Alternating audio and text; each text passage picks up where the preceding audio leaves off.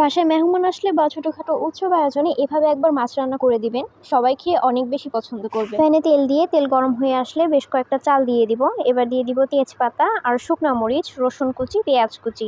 এবার নেড়ে চেড়ে বেশ কিছুক্ষণ ভেজে নিব। পেঁয়াজ যখন ভাজা ভাজা হয়ে আসবে তখন মাঝখানে দিয়ে দিব জিরা। মশলাগুলো যখন একদম মচমচে করে ভাজা হয়ে যাবে তখনই চুলা থেকে নামিয়ে পাটায় বেটে নিব, চাইলে ব্লেন্ডারও করতে পারেন। প্যানে পরিমাণ মতো তেল দিয়ে দিব পেঁয়াজ কুচি, কাঁচামরিচ কুচি। পেঁয়াজ যখন হালকা নরম হয়ে আসবে তখন দিয়ে দিব হলুদের গুঁড়া, মরিচের গুঁড়া, ধনিয়ার গুঁড়া, জিরার গুঁড়া, স্বাদ মতো লবণ। এবার নেড়ে চেড়ে মিশিয়ে সামান্য পরিমাণে পানি দিয়ে মশলা কিছুক্ষণ কষিয়ে নিব। দিয়ে দিলাম আদা রসুনের পেস্ট। ঢাকনা দিয়ে ঢেকে বেশ কিছুক্ষণ মশলাটা কষিয়ে নিব।